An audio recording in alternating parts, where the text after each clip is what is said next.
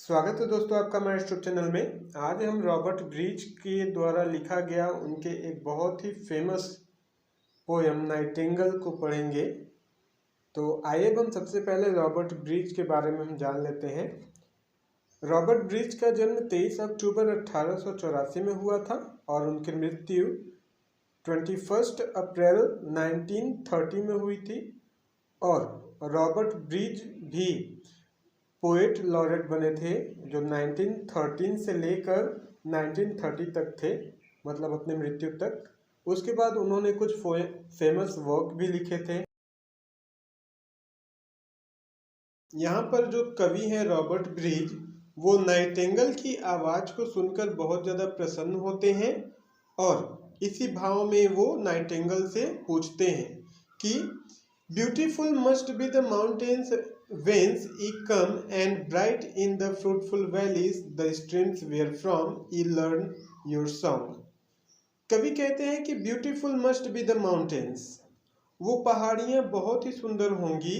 Veins, veins में मतलब होता है जहाँ से, ई मीन्स यू, जहाँ से तुम आती हो, and bright in the fruitful valleys, और आगे कवि कहते हैं कि वहाँ के जो घाटियाँ हैं वो हमेशा फलों से लदी हुई होती होंगी।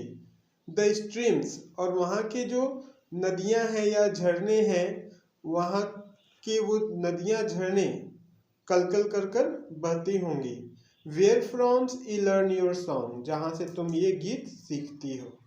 ठीक है, आगे कवि कहते हैं कि where are those starry woods, और वहाँ पर जो माउंटेन है, वहाँ पर जो पेड़ हैं जो फलों से लदे हुए हैं, वो तारों की रातों में, सुंदर तारों की रातों में वो चमकते होंगे। ओ माइट आई वंडर देयर, और मैं यह सोचकर बहुत ही हैरान होता हूँ कि एमंग द फ्लावर्स, कि कैसे उन फूलों के बीच में, विच इन दैट हेवनली ईयर्स, उन फूलों के बीच में स्वर्गिक हवाएं बहती होंगी। यहाँ पर कवि कहते हैं कि मैं यह सोचकर आश्चर्य होता हूँ कि उन फूलों में हमेशा स्वर्गिक हवाएं बहती होंगी, तो कितना अच्छा होगा। ब्लूम्स द ईयर लॉन्ग, और वो जो फूल होंगे वो सालों तक हमेशा खिले ही रहते होंगे। दूसरे स्टेंजा में यहाँ पर देखते हैं, यहाँ पर सेकेंड स्टेंजा में अब नाइटिंगेल जवाब देती है। ने, कहती है कि ने, नहीं, barren are those mountains and spent the streams. यहाँ पर नाइटिंगेल कहती है कि नहीं, अब वो जो पहाड़ियाँ थीं और वहाँ के जो झरने थे, जो नदियाँ थीं, वो सब अब सूख चुकी हैं। अ थ्रो ऑफ द हर्ट, और ये जो मनुष्यों को हमारा गीत लगता है, ये वास्तव में कोई गीत नहीं है। अ थ्रो ऑफ द हर्ट, ये हमारे हृदय की पीड़ा है। हुज पाइनिंग विजन डीम, जिसका दृश्य, यहाँ पर नाइटिंगेल कहती है कि अब वो दृश्य भी लोगों के बीच से, मतलब वो जो सुंदर पहाड़ियाँ थी और जो झरने थे, जो नदियाँ थी, वो जो दृश्य है वो भी अब खत्म होता जा रहा है। हुज पाइनिंग विजन डीम का मतलब वो जो दृश्य है वो नष्ट होता जा रहा है, और पाइनिंग मतलब एनेक्जियस, इसलिए हम चिंतित हैं। Forbidden hopes profound, forbidden hopes profound मतलब कहने का कि अब हम कितना भी चाह लें वैसा दृश्य अब दोबारा हम नहीं पा सकते।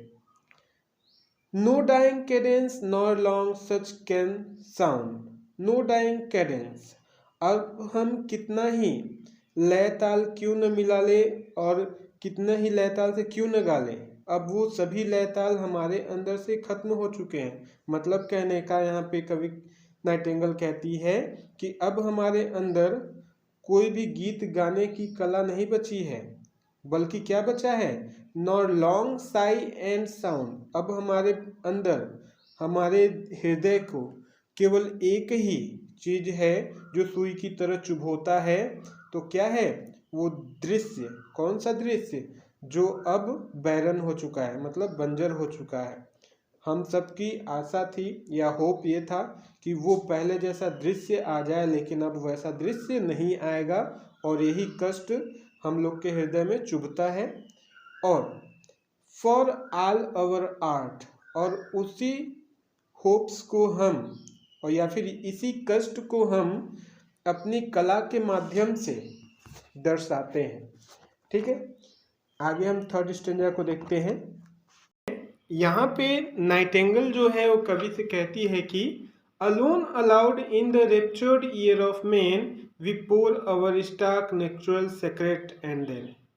ठीक है, यहाँ पे रेप्चर्ड मतलब होता है प्लीजर, प्रसन्न व्यक्ति, नेचुरल मतलब होता है रात में किया गया काम, सेक्रेट मतलब होता है रहस्य, स्टार का मतलब होता है पूर्ण रूप से। ठीक है, तो यहाँ पर नाइटिंगेल कह रही है कि हम एक ऐसे प्रसन्न व्यक्ति को ढूंढते हैं जिसके कानों में हम रात में किए गए रहस्य को हम उसके कानों में उड़ेल सके। रात में किए गए रहस्य का मतलब यहाँ पर नाइटिंगेल जो रात में गीत गाती हैं, मतलब जो गीत मनुष्यों को वो गीत लगता है जो, वो नाइटिंगेल के लिए क्या है, दुख है, तो वो उस दुख को उस प्रसन्न व्यक्ति के कानों में डालना चाहती हैं, इसलिए वो रात को गाती हैं। एज नाइट इज विड्रॉन, और जैसे ही नाइट खत्म होती है और उषा काल आता है, मतलब सुबह होती है, from these sweet spinning midst and bursting Bose of May, जैसे ही उषा काल होती है हरे भरे घास के मैदान नजर आने लगते हैं और मई के महीने में नई नई कलियां भी खिलने लगती हैं।